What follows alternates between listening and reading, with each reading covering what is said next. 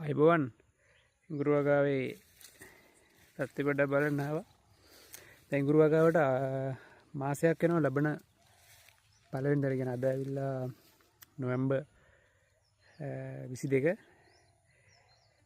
දෙසැම්බර් පලවෙනිදා වෙනකොට මේකට හරියටම අවුරුද්දයි. බලන්න ගස්වල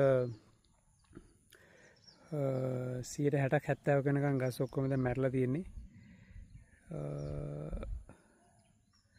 කාලේ හරිය දැන් ඉඟුරුවගාවේ.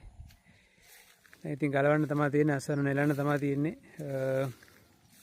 බීජ ඉඟුරු වලට තමයි අපි දෙන්නේ. ගොඩක් අය දැන් ඇවිල්ලා අපි ගැලෙව්වා. ඔයගොල්ලන්ට පේනවා මෙතනින් පහළ ලියදු දෙකක් ගැලෙව්වා. තව උඩ පැත්තේ ලියදු දෙකක් තියෙනවා. එකක් ගලවලා ඉවරයි.